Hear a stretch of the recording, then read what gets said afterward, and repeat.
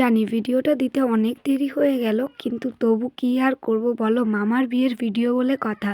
সেগুলো কি আমি ডিলিট করে দিতে পারি? তোমাদের সাথে শেয়ার তো অবশ্যই করব। কয়েকটা দিন ধরে একদমই সময় হয়ে উঠছে না, মেয়ে বড্ড ছোট, তার পেছনে অনেকটা সময় চলে যাচ্ছে, যার জন্য নিজের জন্য একদমই সময় দিতে পারছি না। আর রাতে অনেক রাত হয়ে যাচ্ছে, আমি অনেকটা ক্লান্ত হয়ে পড়ছি, তার জন্য এডিটিংগুলো করাই হচ্ছে না। আর একটা ভিডিও যদি সুন্দরভাবে এডিটিং করে না দিতে পারি, অগোছালো করে দিলে কারোরই দেখতে ইচ্ছা করবে না। আমি কি কারোর অগোছালো ভিডিও দেখি? তাই আমার ভিডিও কেন লোকে অগোছালোভাবে দেখবে, তাই না? তো সেই জন্যই আমি চেষ্টা করি সবসময় যে সুন্দরভাবে একটা ভিডিও দেওয়ার।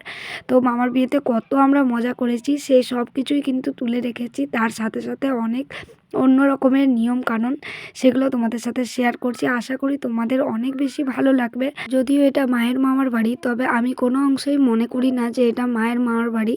আমি সবসময় ছোটো থেকে এটা আমার মামার বাড়ি বলেই ভাবি।